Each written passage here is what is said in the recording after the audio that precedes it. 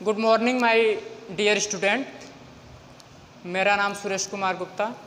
मैं आपको सामाजिक विज्ञान कक्षा 10 का पढ़ा रहा हूं और इस सामाजिक विज्ञान में पार्ट 1 इतिहास मैं क्लियर करने के लिए कोष्टक में लिख भी दिया हूं। सामाजिक विज्ञान में आपका इतिहास पढ़ा रहा हूं और इतिहास में पार्ट 1 है यूरोप में राष्ट्रवाद का उदय।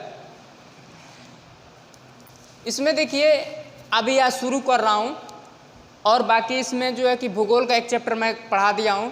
यह है पार्ट 1 यूरोप में राष्ट्रवाद का उदय और उसमें हमारा पहला है राष्ट्रवाद की अवधारणा, यानी कि देशभक्ति की अवधारणा हमारे अंदर कैसी होनी चाहिए, किस तरह होना चाहिए, उसका रूपरेखा कैसा होना चाहिए, इसके बारे में हम पढ़ेंगे। अपने राष्ट्र में अपना ही देश, राष्ट्रवाद की अवधारणा, अपने देश के बारे में हमारी अवधारणा क्या है।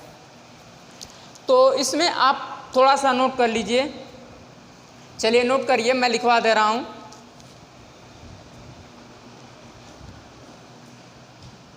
राष्ट्रवाद का सामान्य अर्थ, राष्ट्रवाद का सामान्य अर्थ, राष्ट्रवाद का सामान्य अर्थ यह लिख ही लीजिए।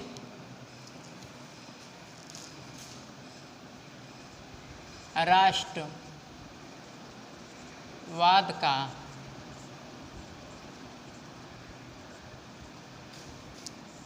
सामान्य अर्थ,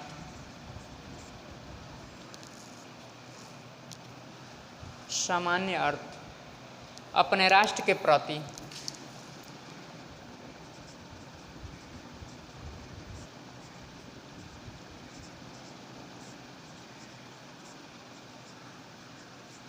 अपने राष्ट्र के प्रति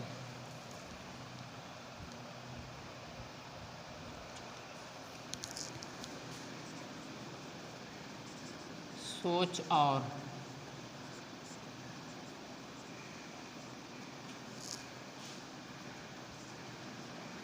और लगाव, अपने राष्ट्र के प्रति सोच और लगाव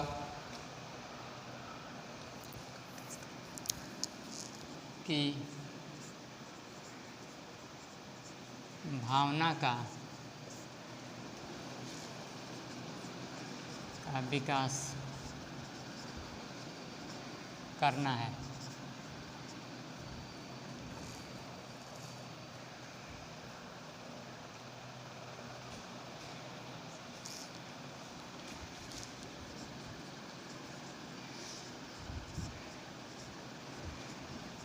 भाषाई, नस्ली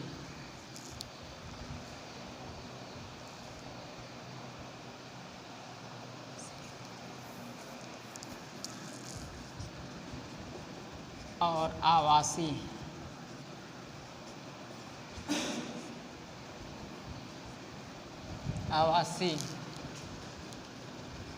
आधार पर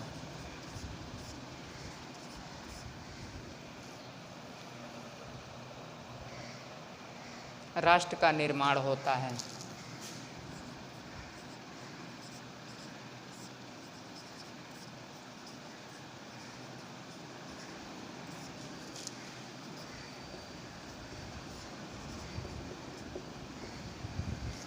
राष्ट्रवाद की अवधारणा में इसको नोट कर लीजिए। यही हमारा है, राष्ट्रवाद का सामान्य अर्थ अपने राष्ट्र के प्रति सोच और लगाव की भावना का विकास करना है। भाषाई, नस्ली और आवासीय आधार पर राष्ट्र का निर्माण होता है। इसी के आधार पर हमारे राष्ट्र का निर्माण होता है। यह हमारा हो गया राष्ट्रवाद की अवधारणा। इसको नोट कर लीजिए आप लोग, इसको नोट कर लीजिए। राष्ट्र का निर्माण होता है, भाषाई, नस्ली और आवासीय आधार पर जो है राष्ट्र का निर्माण होता है।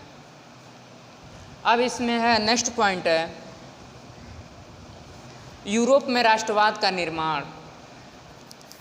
यूरोप में राष्ट्रवाद का निर्माण,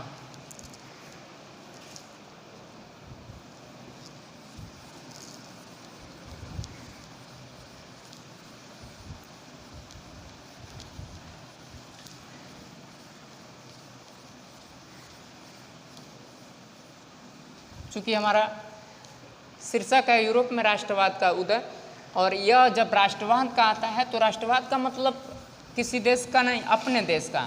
राष्ट्रवाद का अवधारणा तो अपने देश का। और जब हम अब चूँकि हमारे चैप्टर का नेम है यूरोप में राष्ट्रवाद।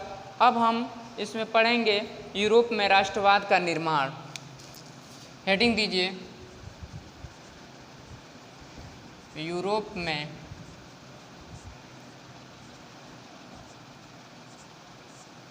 राष्ट्रवाद का निर्माण।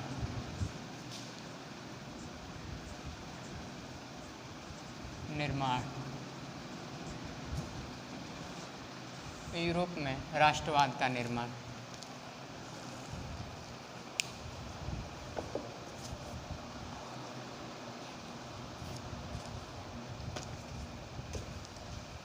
इसमें नोट कर लीजिए यूरोप में राष्ट्रवाद का निर्माण में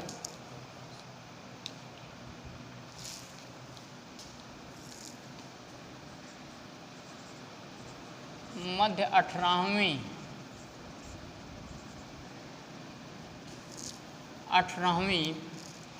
यूरोप में राष्ट्रवाद का निर्माण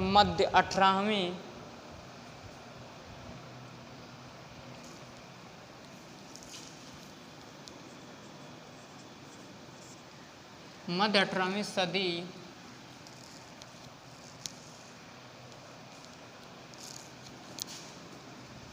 के यूरोप में मध्य 18वीं सदी के यूरोप में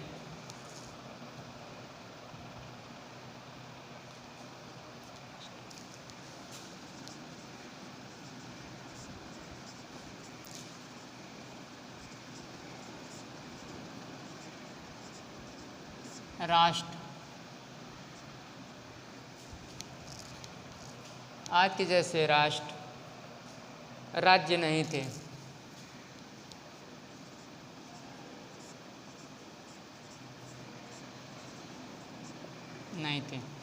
मध्य 18वीं सदी के यूरोप में आज के जैसे राष्ट्र राज्य नहीं थे, जिन्हें हम जर्मनी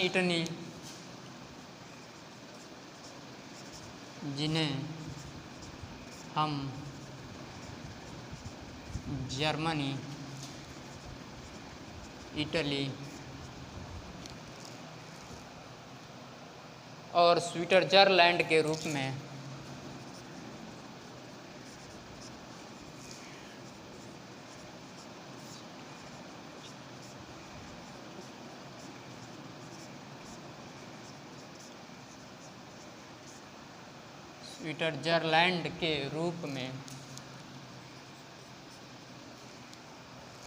स्विट्जरलैंड के रूप में जानते हैं।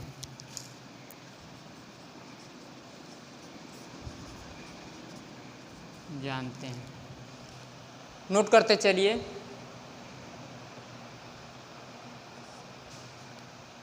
तब ये राजशाहियों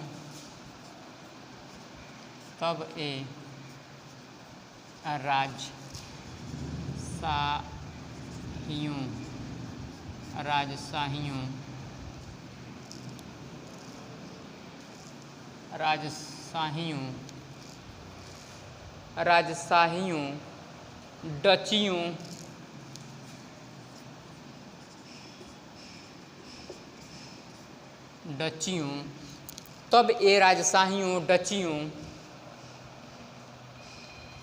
और कैटनों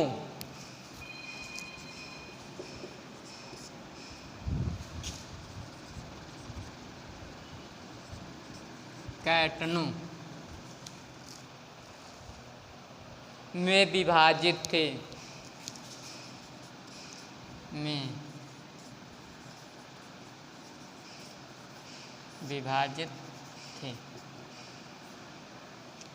यूरोप में राष्ट्रवाद का जब निर्माण हुआ तो इसी के आधार पर हुआ। मध्य 18वीं सदी के यूरोप में आज के जैसे राष्ट्र राज्य नहीं थे, जिन्हें हम जर्मनी, इटली और स्विट्जरलैंड के रूप में जानते हैं। तब ये राजशाहियों, डचियों और ये जातियों का नाम है, डचियों और कैटनों में विभाजित थे। बस आज यहीं तक यह हमारा पीरियड समाप्त हुआ। Thank you.